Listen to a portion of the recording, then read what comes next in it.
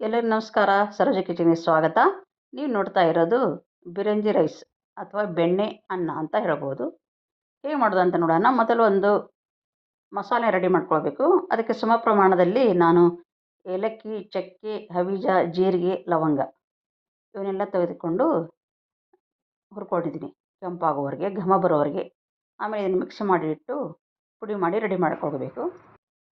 ಆಮೇಲೆ 1-2 ಹಿಡಿಯಷ್ಟು ಬೆಳ್ಳುಳ್ಳಿಯನ್ನು ಮಿಕ್ಸಿ ಮಾಡ್ಕೊಂಡಿದ್ದೀನಿ. ನೀವು ಹಾಗೆ ಇಡಿಯಾಗಿ ಹಾಕ್ಬೋದು.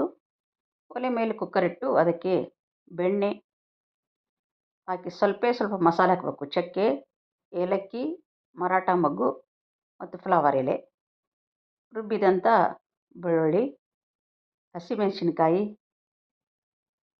ಈರುಳ್ಳಿ ಹಾಕಿ ಚೆನ್ನಾಗಿ ಫ್ರೈ ಮಾಡಬೇಕು. ಇದೆಲ್ಲವೂ ಬೆಣ್ಣೆಯಲ್ಲೇ ಫ್ರೈ ಆಗಬೇಕು. ಸ್ವಲ್ಪ ಕರಿಬೇವು ಹಾಕ್ಬಿಟ್ಟು ನಾವು ಪುಡಿ ಮಾಡಿಟ್ಕೊಂಡಂಥ ಮಿಶ್ರಣವನ್ನು ಹಾಕಿ ಮತ್ತೆ ಚೆನ್ನಾಗಿ ಕೈ ಆಡಿಸಿ ಅಕ್ಕಿಯನ್ನು ಹಾಕ್ಕೊಳ್ಬೇಕು. ಅಕ್ಕಿ ಮತ್ತು ಮಸಾಲೆಯನ್ನು ಚೆನ್ನಾಗಿ ಕಲಿಸ್ಬಿಟ್ಟು ನೀಟಾಗಿ ಕಲಿಸ್ಕೊಳ್ಬೇಕು.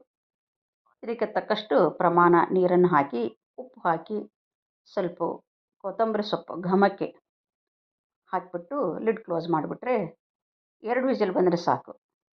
ನೋಡಿ, ಈಗ ಮತ್ತೊಂದು ಬಾಣಲೆ ಇಟ್ಟು ಅದಕ್ಕೆ ಬೆಣ್ಣೆ ಹಾಕಿ ಗೋಡಂಬಿಯನ್ನು ಹುರ್ಕೊಳ್ತಾ ಇದ್ದೀನಿ.